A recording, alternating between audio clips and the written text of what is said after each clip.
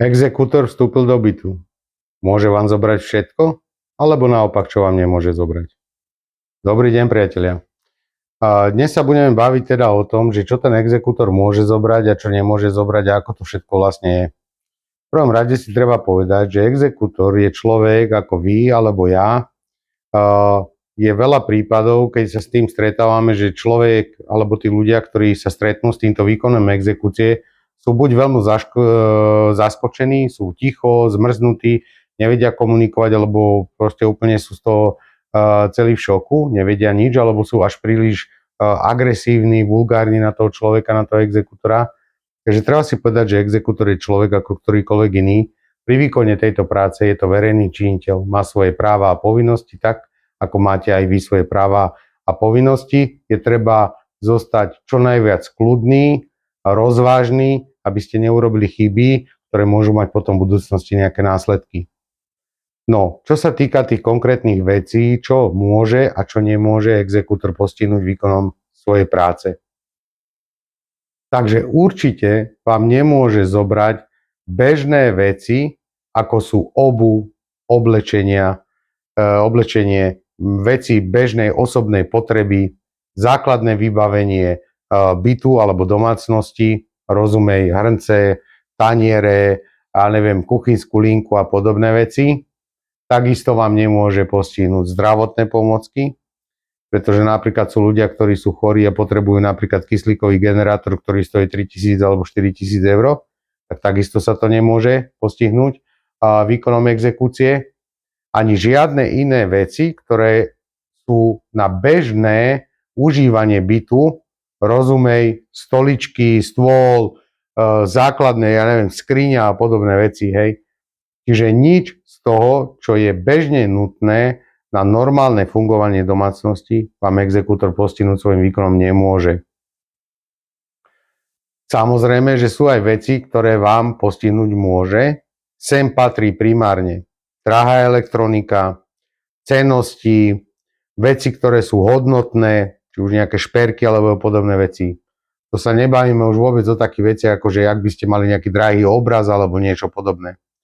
V tomto budem trošku konkrétnejší, pretože sme mali niekoľko takých prípadov. Je potrebné to trošku rozviesť, aby ste rozumeli a chápali tej veci, keď poviem, že čo môže, čo nemôže. Mali sme prípad dvojizbový byt a 3 televízory. No ťažko budete tvrdiť, že 3 televízory sú potrebné na bežné žitie. Hej? Asi ťažko, že?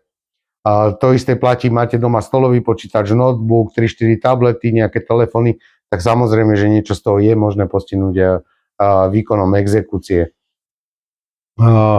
Čo sa týka vecí, ktoré sú potrebné na prácu alebo podnikanie. Priatelia, toto je veľmi špecifické. Tu sa nedá byť úplne konkrétny, pretože každá jedna situácia, každý jeden ten výkon exekúcie je veľmi individuálny. Treba ho posudzovať každý jeden zvlášť a podľa osobitých podmienok. Nedá sa povedať, čo môže a čo nemôže úplne, že vo všeobecnosti, ale platí zásada, poviem ju na takej možno hlúpej veci, ale ľahko pochopiteľnej.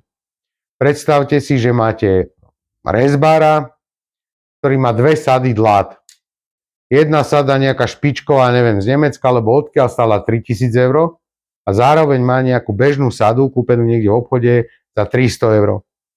Tak samozrejme, že je možné postihnúť aj tú sadu za 3 000 exekúciou, preto lebo by mu primárne nezničila tú jeho prácu a to, aby mohol normálne reálne žiť. Účelom exekúcie podľa zákona nie je to, aby človek nedokázal bežne fungovať a bežne žiť. Toto je veta, s ktorou treba pracovať. Spomínam to hlavne kvôli tomu, pretože sme sa stretli s tým, aj v komentároch to bolo niekoľkokrát spomínané, že ľudia vravia, že proste zablokovali účet a tí ľudia zostali úplne že bez peňazí. Toto by sa v zákone stať nemalo, preto lebo zákon ošetruje aj to, že existuje určitá suma, ktorú vám musí exekútor nehať na to, aby ste mohli normálne fungovať a žiť. Priatelia, nikto vám presne tú cenu na šupu nepovie. Má to svoj dôvod preto, Lebo každá tá situácia, každá exekúcia, každý človek, ktorý je exekuovaný, je v určitom zmysle jedinečný. Preto, lebo treba posudzovať, koľko ľudí s ním žije v spoločnej domácnosti, či sú tam odkazané osoby, či sú tam maloleté osoby, či sú tam nejaké zdravotné komplikácie, je potrebné, aby ten človek napríklad potrebuje nejaké peniaze navyše kvôli liekom alebo podobným veciam.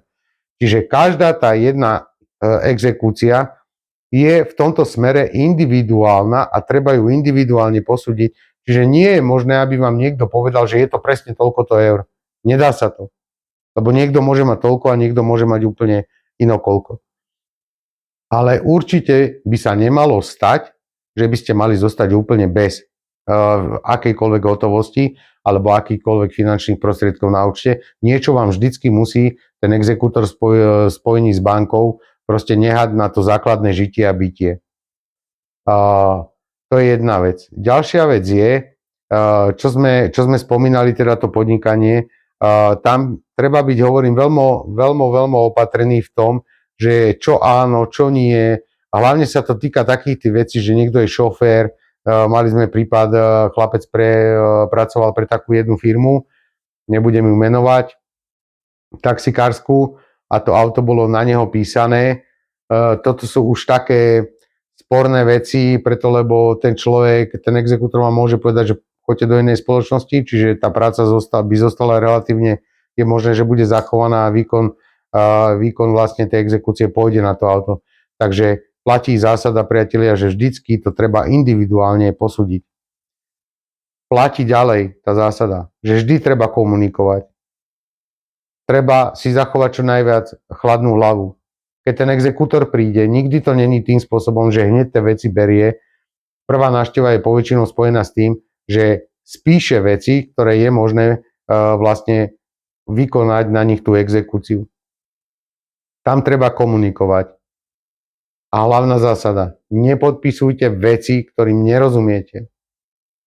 Proste veľmi často sa s tým stretávame, že tí ľudia buď sú v šoku, alebo proste sú v nejakej nebežnej a komfortnej situácii a podpíšu niečo a potom a ja som ani nevedel, čo som podpísal.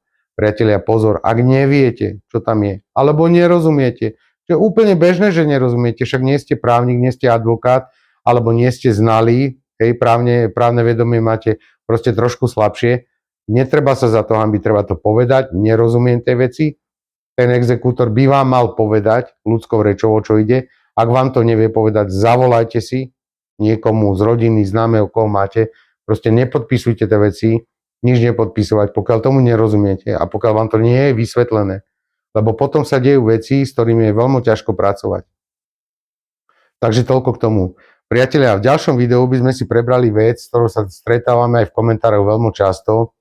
A to je otázka, či je možné, že či exekúcia zanikne, či je možné, aby bola premlčaná, alebo že či sa na ňu vzťahujú nejaké tie exekučné amnestie.